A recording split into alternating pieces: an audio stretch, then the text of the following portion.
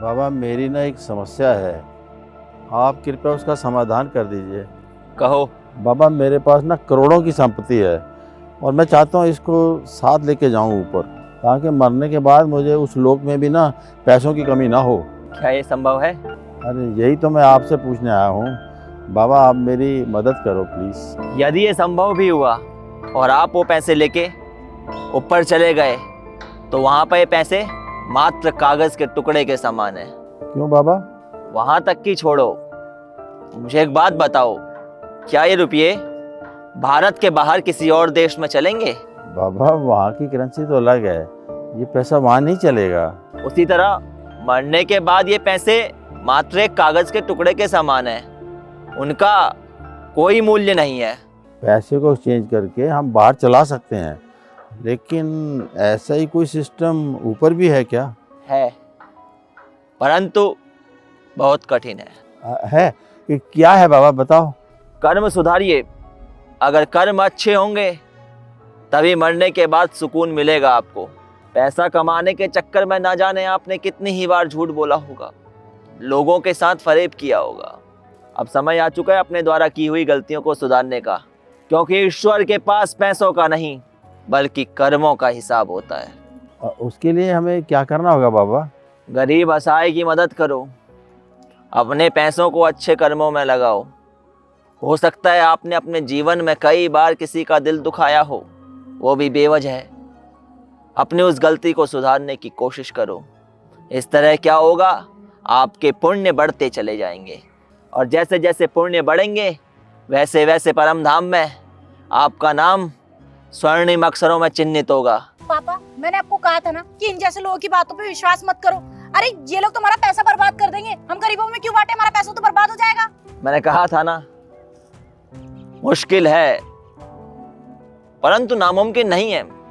करके देखो, धरती पे ही स्वर्ग की अनुभूति ना हुई तो फिर कहना।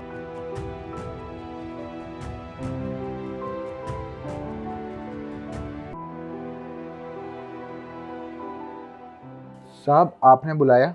हाँ मैंने बुलाया तुम्हें। बताइए साहब क्या काम है? सुमित तुम इतने सालों से हमारे लिए काम कर रहे हो और मैंने सोचा है कि मैं तुम्हारी तनख्वाह 3 गुना कर दूँ। क्या?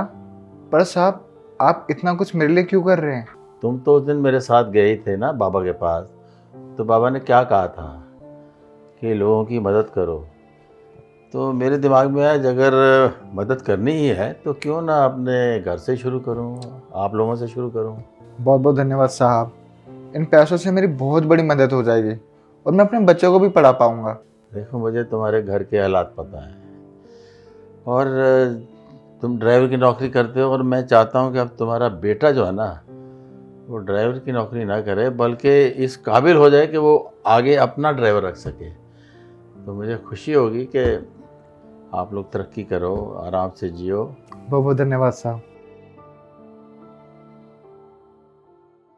नमस्ते साहब। नमस्ते नमस्ते। तुमने स्वेटर क्यों नहीं पहना हुआ?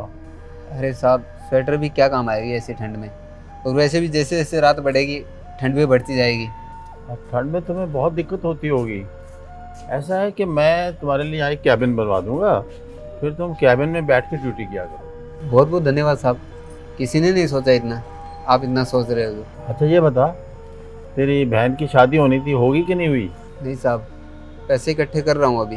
एक काम करो, आपकी ड्यूटी ख़त्म हो जाए ना तब उसके बाद आके मेरे से मिलना, और जितना भी तुम्हारी बहन की शादी में खर्चा होना है वो सब मैं तुम्हें दे दूँगा और तुम्हें उसे लौटाने की भी कोई ज़रूरत नहीं है। ठीक है साहब, शाम को आता हूँ पैसे लेने। अरे अपने ही अपनों के काम आते हैं। तुम आओ, ड्यूटी ख़त्म करके आओ मेरे पास, है ना बेटिया? चलो। हे ऊपर वाले, साहब कितने अच्छे इंसान हैं, इन्होंने मेरी सारी समस्याओं का समाधान कर दिया। भगवान आप इनको खुशियाँ देना। देखो बेटा, मैंने करोड़ों रुपए कमाए लेकिन सुकून नहीं मिला।